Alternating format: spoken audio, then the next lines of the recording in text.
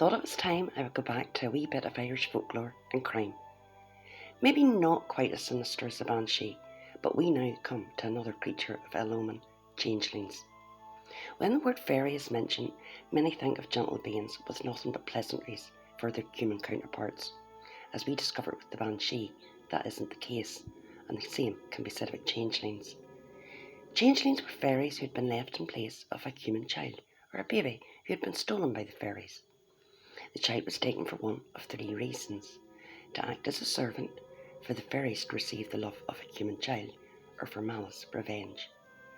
Most of the time, the exchange was made with a fairy change, but occasionally an elderly fairy would be swapped, either so that it could live out its life in the comfort of the care of a human, or so that it could die. Usually it was the fairest, most beautiful children who were taken, because the fairies craved and admired these traits. Often the baby might become ill, or take on a strange appearance, or a person might be left unable to move their limbs, fairy struck as they called it, and the local people would begin to suspect fairy work. In medieval times, children with deformities, illnesses or conditions that were unexplained at the time were thought to have been replaced by changelings, which is why many were abandoned or even killed. But there were those who suspected their baby had been swapped with a changeling, who still felt as if they had to look after and love their changeling child, for fear that the fairies would harm their stolen child, or worse, never bring it back. Belief in changelings endured in parts of Ireland until as late as 1895, when Bridget Cleary was killed by her husband, who believed her to be a changeling. If a family felt unable to care for a child, particularly one who they felt would be no use to them in the future due to an undiagnosed condition or deformity, it was easier for them to lose their child, believing that they had been taken by a gang of fairies, than it was to believe they were going to let their child die. Infanticide was a horrible yet very real aspect of rural living in Ireland, and the fact that changeling tales so often mention their ravenous appetites suggests the parents of these unfortunate children saw them as a threat to their family's continued existence, and that allowing them to die might be the only way to save everyone else. The changeling stories just helped them down the horrible, inevitable path. Fairy legend allowed the Irish peasantry to explain away the unexplainable. Child mortality, physical and mental disability, and sudden illness were all the work of the fairies. There's two stories that stand out, one being of Bridget Cleary, believed to be the last woman to be burned as a witch in Ireland, and the drowning of little Michael Leahy. There is even a nursery rhyme we sung as children, having no idea the brutality behind it. Are you a witch, or are you a fairy, or are you the wife of Michael Cleary? In March 1895, Bridget Cleary, aged 26, from Ballyvadler, County Tipperary, fell ill with more than was likely bronchitis. Bridget was a talented dressmaker, an egg-seller. She was married for 8 years to Michael Cleary, and they had no children. Cleary worked as a cooper, and they were considered well off in the area, with Bridget owning her own sewing machine. Bridget became ill with a cold in the days prior to her death. She had been delivering eggs in Cainagrania, the site of a fairy ring, according to folklore. Over the next few days, there were many relatives and neighbours in and out of the house, one being a John Dunn, who was known to be aligned with the old fairy traditions. The family and neighbours became more convinced that Bridget was actually a changeling. The doctor and the priest also visited the house throughout the days she was ill.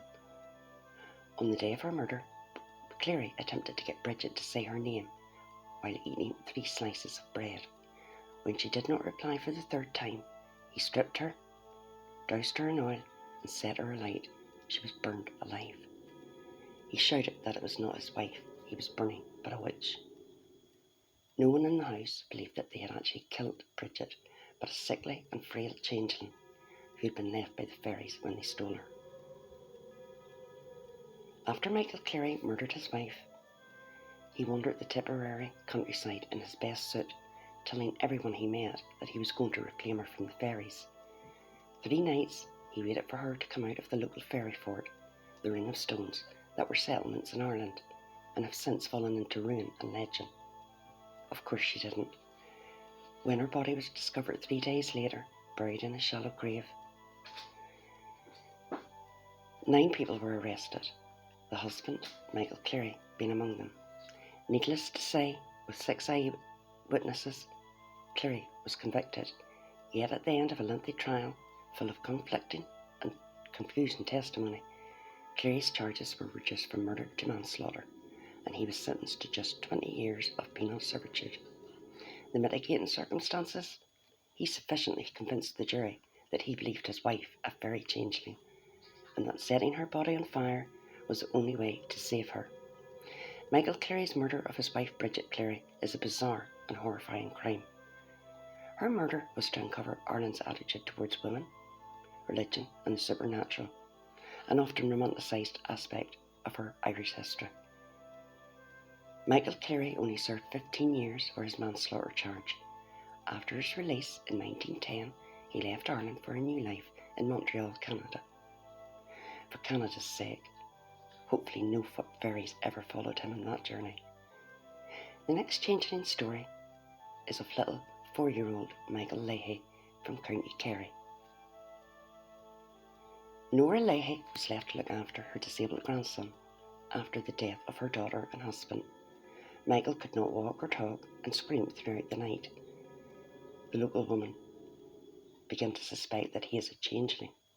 Leahy hires a young girl, Mary Clifford, to help her, but the rumours still circulate. She takes the child to Nance Roach, a bean fuchsia or cunning woman. She is an expert in herbs and who is said to be in communion with the fairies. Father Healy, the local priest, is firmly against these superstitions and strongly against any notion of fairies and monsters. The community is split, who believe in the old superstitions and those that were more sceptical. Nance, Leahy and Mary perform a ritual on Michael, dunking him in a place where the 2 rivers meet in the Flisk. He drowns on the 3rd day. Mary is not charged and the 2 women are acquitted after convincing the jury that the child was a fairy changeling and they were only trying to get Michael back. Nora expects her grandson to be waiting on her when she returns, and she is left confused when she comes back home and he is not there. Was Michael truly her grandson, or is he dancing and feasting with his mother, her daughter, with the fairies?